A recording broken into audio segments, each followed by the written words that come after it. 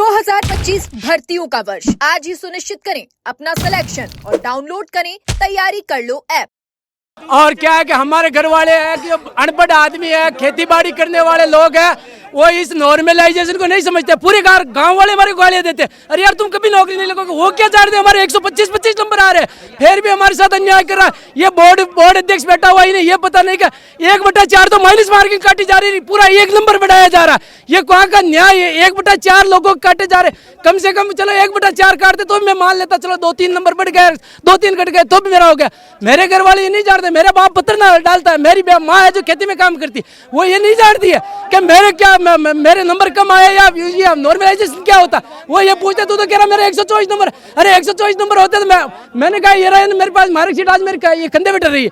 मैंने कहा marksheet check कर ले, हुआ क्या, मैंने कहा 36 नंबर एक बढ़ रहे हैं, तो 36 124 में मेरे 12 पीछे गए और उसके 36 मेरे से वो 36 नंबर आगे निकल गया। मैं रहा कहाँ, मैं रहा ही नहीं उस भर्ती में, मैं रहा ही नहीं हूँ।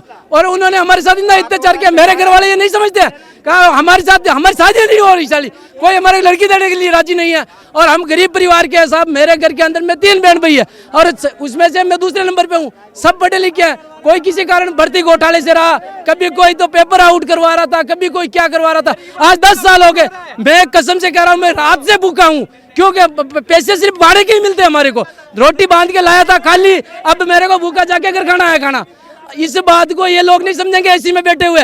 ये जब समझेंगे तो मेरे साथ खेत में एक दिन फावड़ा चलाएगा, एक दिन मेरे साथ फावड़ा चला ले, मैं इसको 1000 रुपए रोज की मजदूरी दूंगा। मुझे 200 देने वाला नहीं, मैं इसको 1000 रुपए रोज की दूंगा।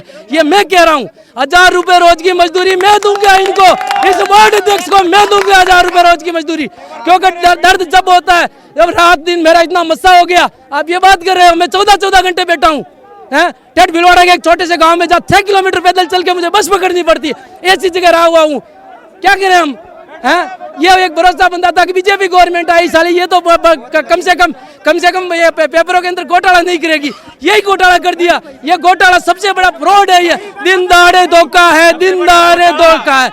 इसे दिन दहाड़े बिल्कुल तेज धूप के अंदर जिनाबा थावड़ो पड़ती धूप क्या हुआ, धूप में धोखो, आंखों के सामने धोखा है, आंखों के सामने धोखा है। किसके सामने धोखा है? आंखों के सामने। भैया मेरे 2 बेटे हैं, एक 6 साल की, एक 3 साल की है। मेरे 125 नंबर है 4th शिफ्ट में, फिर भी मेरा सिलेक्शन नहीं हो रहा है। नॉर्मलाइजेशन की वजह से मुझे बाहर कर दिया गया है। 6th शिफ्ट के बच्चों के नंबर कम थे और उनको नॉर्मलाइजेशन में 25 नंबर की बढ़ोतरी मिली है, जबकि मेरे 15 नंबर काट दिए गए। कहाँ जाए सर हम न्याय के लिए? हमें न्याय चाहिए, रिजल्ट रिवाइज होना चाहिए, यही हमारी मांग है।